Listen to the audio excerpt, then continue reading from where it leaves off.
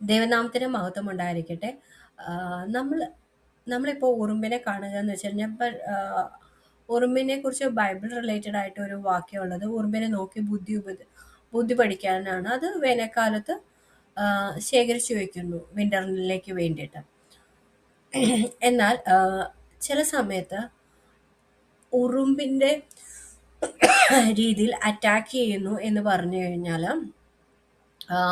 ചെറിയ ചെറിയ ചെറിയ ചെറിയ പ്രശ്നങ്ങളുടെ രൂപത്തിൽ അറ്റാക്ക് ചെയ്യുന്നു. എവിടെയാണ് ഉറുമ്പ് ഉണ്ടായിരിക്കുന്നതെന്ന് ചോദിച്ചു കഴിഞ്ഞാൽ ഭക്ഷണശേഖരം, അതായത് നമുക്കൊരു നന്മ ഉള്ള സ്ഥലത്ത് ആ നന്മേനെ കവർന്നുകൊണ്ട് പോവാൻ വേണ്ടിയിട്ടാണ് ഉറുമ്പ് ഉള്ളത്.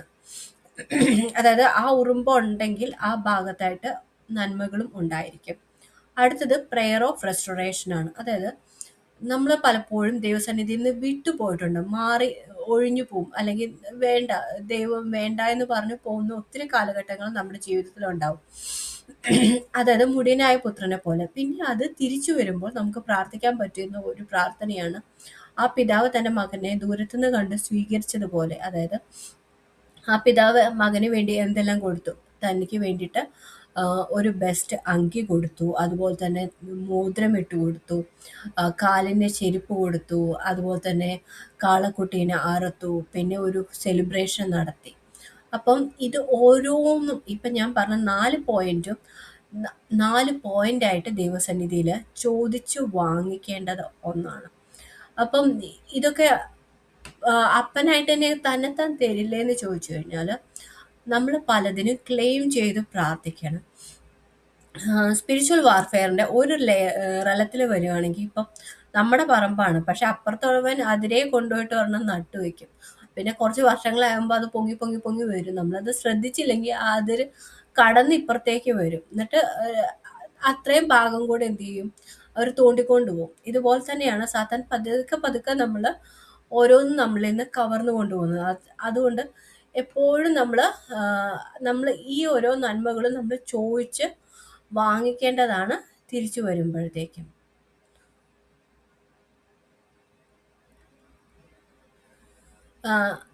പിന്നെ ഒരു പ്രാർത്ഥന എന്ന് വെച്ച് കഴിഞ്ഞാൽ, അതായത് ഞാൻ കാണുന്നതിനും അപ്പുറത്തേക്ക് എന്നെ കാണാൻ സഹായിക്കണേ എന്നൊരു പ്രാർത്ഥനയുണ്ട്. അതായത് ഒരു ദിവസം ഞാൻ ഒരു 2 മാസമായിട്ട് സ്ഥിരമായിട്ട് പോകുന്ന ഒരു ലൊക്കേഷൻ, ആ ലൊക്കേഷനിൽ ഇരുന്ന് ഞാൻ ദൈവത്തോട് പ്രാർത്ഥിച്ചു, ദൈവമേ എനിക്ക് കാണാവുന്നതിനും അപ്പുറം കാണിക്കണേ എന്ന് പറഞ്ഞു. ആ സമയത്ത് എനിക്ക് കുറച്ച് പോസ്റ്റേഴ്സ് അല്ലെങ്കിൽ പോസ്റ്റർ കാണിച്ചു തന്നു. അതായത് അത് അത് എന്താ പറയാ, അതായത് ഇവിടുത്തെ ആദിവാസികളെ സംരക്ഷിക്കാൻ വേണ്ടിയിട്ട് കുറേ കാര്യങ്ങൾ ഇവർ ചെയ്യുന്നുണ്ട്, ഗവൺമെന്റ് ചെയ്യുന്നുണ്ട്. പക്ഷെ അത് യഥാർത്ഥ റലത്തിൽ ചെയ്യുന്നതിന് പകരം, റിയൽ ആയിട്ട് ഹെൽപ്പ് ചെയ്യുന്നതിന് പകരം ഫോഴ്സ്ഫുള്ളി പുതിയതായിട്ട് മൈഗ്രേറ്റ് ചെയ്ത് വന്ന ആൾക്കാരെ അവർക്കൊരു സബ്ജക്റ്റ് ആയിട്ടും കോഴ്സ് ആയിട്ടും പഠിപ്പിക്കുന്നു എന്നല്ലാതെ, എന്നിട്ട് ഈ പിള്ളേർ എന്ത് ചെയ്യും, കുറെ അസൈൻമെന്റ് എഴുതി വെക്കും. ഇതുകൊണ്ട് യഥാർത്ഥത്തിൽ അവർക്ക് ഹെൽപ്പും കിട്ടുന്നില്ല, എന്നാൽ പുതുതായിട്ട് വന്നവർ നല്ല രീതിയിൽ ഉപദ്രവിക്കുന്നുണ്ട്. കാരണം എന്താ വെച്ചാൽ എന്ത് കോഴ്സ് എടുത്തു കഴിഞ്ഞാലും, പലതരം കോഴ്സ് എടുത്താലും ഈ ഒരു സബ്ജക്റ്റ് കംപ്ലീറ്റ് ആയിട്ട് ഇവിടെ നിർബന്ധമാണ്. അതുകൊണ്ട് അപ്പൊ ഞാൻ ഇങ്ങനെയൊക്കെ ചിന്തിക്കുന്നുണ്ടായിരുന്നു, കർത്താവ് ഒരു $200 ഒരു കൊച്ച് തന്റെ ട്യൂഷന് ഈ സബ്ജക്റ്റിന് വേണ്ടി സ്പെൻഡ് ചെയ്യുന്നത് അങ്ങോട്ട് റീഡയറക്റ്റ് ചെയ്താൽ മതി. ഈ കൊച്ചിനും പഠിക്കണ്ട, അവിടെ റീഡയറക്റ്റ് ചെയ്തിട്ടുണ്ടെങ്കിൽ യഥാർത്ഥത്തിൽ ഇങ്ങനെ കിട്ടുമല്ലോ, അവർക്ക് ബെനിഫിറ്റ് ആവും, നമ്മൾ പഠിച്ച് കഷ്ടപ്പെടുകയും വേണ്ട എന്നൊക്കെ ചിന്തിച്ച് ഞാൻ അവിടെ ഇരുന്നപ്പോൾ 2 മാസമായിട്ട് പോയ സ്ഥലത്ത് ഞാൻ അങ്ങനെ ഒരു സംഭവം കണ്ടിട്ടില്ലായിരുന്നു. പക്ഷെ എന്നിട്ട് ദൈവം എനിക്കത് കാണിച്ചു തന്നു. പിന്നെ ഒരു ദിവസം ഞാൻ നോക്കുമ്പോൾ, ഞാനിപ്പം ബസ് സ്റ്റാൻഡിലാണ്, പക്ഷെ എൻ്റെ റൂമിൽ ഒരു സാത്താൻ നിൽക്കുന്നു. അത്രയും ദൂരത്ത് ഞാനിങ്ങനെ ചിന്തിച്ചു, കർത്താവ് ഇത്ര ദൂരത്ത് ഞാൻ എന്നാ ചെയ്യാനാ എന്നിങ്ങനെ ചിന്തിച്ചപ്പം ഒരു പ്രെയർ ഉണ്ട്. അതായത് യഥാർത്ഥത്തിൽ നമ്മളിപ്പോൾ ബൈബിളിൽ തോക്ക്, ഉണ്ട ഇങ്ങനെയൊന്നും കാണത്തില്ല, പീരങ്കി ഒന്നും കാണത്തില്ലെങ്കിൽ യഥാർത്ഥത്തിൽ സ്പിരിച്വൽ വാർഫെയർ അപ്ഗ്രേഡഡ് തന്നെയാണ്. അതായത് സ്പിരിച്വൽ അപ്ഗ്രേഡഡ് എന്ന് വെച്ച് കഴിഞ്ഞാൽ നമ്മൾ പ്രാർത്ഥിക്കുന്നത് പലതും ഹൈ സ്പിരിച്വൽ വെപ്പൺസ് നമുക്ക് യൂസ് ചെയ്യാൻ പറ്റും. അതുപോലെ തന്നെയാണ് സാത്താൻ നമ്മളെ അറ്റാക്ക് ചെയ്യാൻ വേണ്ടിയിട്ടും സ്പിരിച്വൽ സ്നൈപ്പേഴ്സ് എന്ന് പറയും. അതായത് ദൂരേന്ന് ഇങ്ങനെ ഒളി ആ ഒരു എന്താ ഗണ്ണ് വെച്ചിട്ട് ഷൂട്ട് ചെയ്യത്തില്ല, ഇങ്ങനെ എയിം ചെയ്തിട്ട്.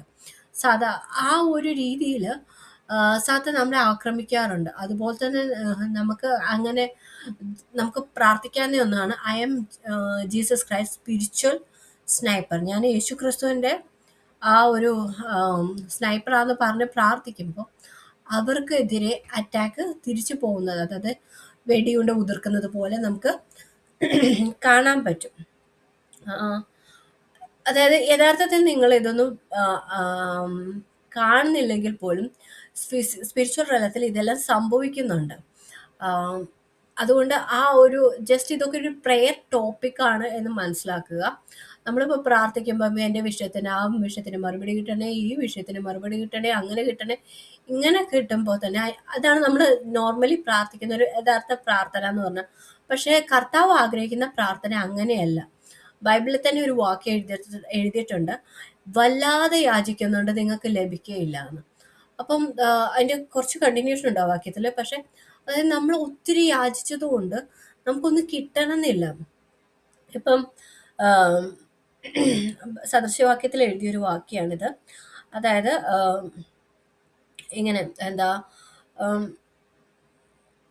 നിങ്ങൾ ധനം സമ്പാദിക്കാൻ വേണ്ടിയിട്ട് അധ്വാനിക്കരുത്, അധ്വാനം കൊണ്ട് നിങ്ങൾക്ക് ധനം സമ്പാദിക്കാൻ കഴിയുകയില്ല എന്നൊരു വാക്യമുണ്ട്. അപ്പം ആ വാക്യത്തിന്റെ അർത്ഥം വരുന്നത് ഇങ്ങനെയാണ്, ലിറ്ററലി ധനമല്ല, അതായത് ഒരു ജസ്റ്റ് എന്താ ക്യാഷ്, ആ മണി അല്ല, നമ്മൾ ഓരോ നേട്ടങ്ങൾ, നമ്മുടെ നന്മകൾ. ഞാൻ ഈ വിഷയം പ്രാർത്ഥിച്ചത് മാത്തമാറ്റിക്സ് സബ്ജക്റ്റിന് വേണ്ടിയിട്ടാണ് പ്രാർത്ഥിച്ചത്. അപ്പം അതാണ് അവിടുത്തെ ധനം, അതാണ് അവിടുത്തെ ഒരു സമ്പാദ്യം എന്ന് പറയുന്നത്. അപ്പം അധ്വാനിച്ചത് കൊണ്ട് ആ ഒരു മാത്സിനെ ജയിക്കാൻ കഴിയണമെന്നില്ല.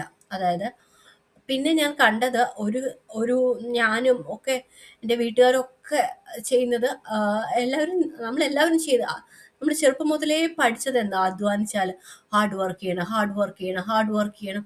എത്രയോ സ്ഥലത്ത് നമ്മൾ ഹാർഡ് വർക്ക് ചെയ്തിട്ട് നമുക്ക് റിസൾട്ട് കിട്ടാതിരുന്നിട്ടുണ്ട് അല്ലേ? അപ്പം അത് ബൈബിളിൽ എഴുതിയിട്ടുണ്ട്, അധ്വാനിച്ചത് കൊണ്ട് നിങ്ങൾക്ക് ധനം സമ്പാദിക്കാൻ പറ്റില്ല. അത് ഒരു കഴുകന്റെ ചിറക് പോലെ അത് പെട്ടെന്ന് അപ്രത്യക്ഷമാകുന്നു എന്നൊക്കെ പറഞ്ഞിട്ടൊരു വാക്യമുണ്ട് ബൈബിളിൽ തന്നെ. അപ്പം ഒരു ഹാർഡ് വർക്കിംഗ് ഡെമോണിക് സ്പിരിറ്റ് ഉണ്ട്. അതായത് ഈ നമ്മളിങ്ങനെ കഷ്ടപ്പെട്ട് ഹാർഡ് വർക്ക് ചെയ്യുമ്പോൾ അതിൻ്റെ നമ്മുടെ സമയം കവർന്നു കളയുന്ന ഒരു പിശാചും യഥാർത്ഥത്തിൽ ഉണ്ട്. ഇതൊക്കെ ഒരു ടോപ്പിക്കായിട്ട്, പ്രെയർ ടോപ്പിക്കായിട്ട് എടുത്തിട്ട് പ്രാർത്ഥിക്കാം. നെക്സ്റ്റ് എനിക്ക് മനസ്സിലായത്, ഞാനിങ്ങനെ സ്പെഷ്യൽ നീഡ്സ് ചിൽഡ്രനെ നോക്കുന്ന ഒരു വ്യക്തിയാണ്, ഡേ കെയറിൽ വർക്ക് ചെയ്യുന്നതുകൊണ്ട്. ആ സമയത്ത് എനിക്ക് മനസ്സിലായത്, അതായത് അവരുടെ ഫേസ് ചെയ്യുന്ന ഒരു പ്രശ്നം എന്ന് വെച്ച് കഴിഞ്ഞാൽ സ്പിരിറ്റ് ഓഫ് ഡിലേനെ കാണിക്കുന്നത് സാധാരണഗതിയിൽ വാച്ചായിട്ട് കാണിക്കാറുണ്ട്, നമ്മുടെ സമയം കവർന്നത്. അല്ലെങ്കിൽ ഇതായിട്ട് എന്താ, ആമ നമ്മുടെ സമയം കവരുന്നതാണ്, സ്ലോ ആയിട്ട് നടക്കുന്നത്. പിന്നെ സ്പിരിറ്റ് ഓഫ് സ്റ്റാഗ്നേഷൻ, അതായത് ഒരു സ്റ്റേജിൽ അവിടെ മന്ദിച്ച് ഇങ്ങനെ ഇരിക്കുന്ന, മുന്നോട്ട് വളർത്താത്തൊരു അനുഭവം. ഈ രണ്ട്, അതായത് ഇനിയിപ്പം നിങ്ങൾക്കത് അങ്ങനെ സ്പിരിറ്റ് ഇല്ല എന്നല്ല, സ്പിരിറ്റ് ഓഫ് ഡിലേ എന്ന് അടിച്ചു കഴിഞ്ഞാൽ നിങ്ങൾക്ക് ഒത്തിരി വീഡിയോസ് പോപ്പപ്പ് ചെയ്യുന്നത് കാണാം. കാരണം അതായത് അങ്ങനെ ഒരു സ്പിരിറ്റ് ഉള്ളതുകൊണ്ടാണ് അങ്ങനെ. അതുപോലെ തന്നെയാണ് സ്പിരിറ്റ് ഓഫ് സ്റ്റാഗ്നേഷൻ. അപ്പം സ്പെഷ്യൽ നീഡിൽ എന്താ സംഭവിക്കുന്നതെന്ന് വെച്ച് കഴിഞ്ഞാൽ, അതെങ്ങനെയാണ് സംഭവിക്കുന്നതെന്ന് വെച്ച് കഴിഞ്ഞാൽ, അവരവരുടെ ആ ഒരു ഏജ്, ഓരോ മൈൽ സ്റ്റോൺ ഉണ്ടല്ലോ, ഇന്ന ഏജിൽ ഇന്നത് അച്ചീവ് ചെയ്യണം എന്നുള്ളതിന് പകരം അവരതൊന്നും അച്ചീവ് ചെയ്യാതെ എന്നാ ചില സ്റ്റേജസിൽ, അതായത് ചില സ്റ്റേജസിൽ അവർ കുടുങ്ങിക്കിടക്കുകയാണ്. അവർക്ക് ഫർദറായിട്ട് വളരാൻ പറ്റുന്നില്ല, അവർ സ്റ്റാഗ്നേറ്റ് ചെയ്ത് ആ ഒരു സ്റ്റേജിൽ തന്നെ ഇങ്ങനെ, സ്റ്റാഗ്നേഷൻ്റെ മലയാളം എനിക്ക് കിട്ടുന്നില്ല, ആ ഒരു രീതി കിടക്കുകയാണ്. അപ്പം ആ രണ്ട് സ്പിരിറ്റിനെതിരെയാണ് പ്രാർത്ഥിക്കേണ്ടതെന്നാണ് എനിക്ക് മനസ്സിലായേക്കുന്നത്. Thank you.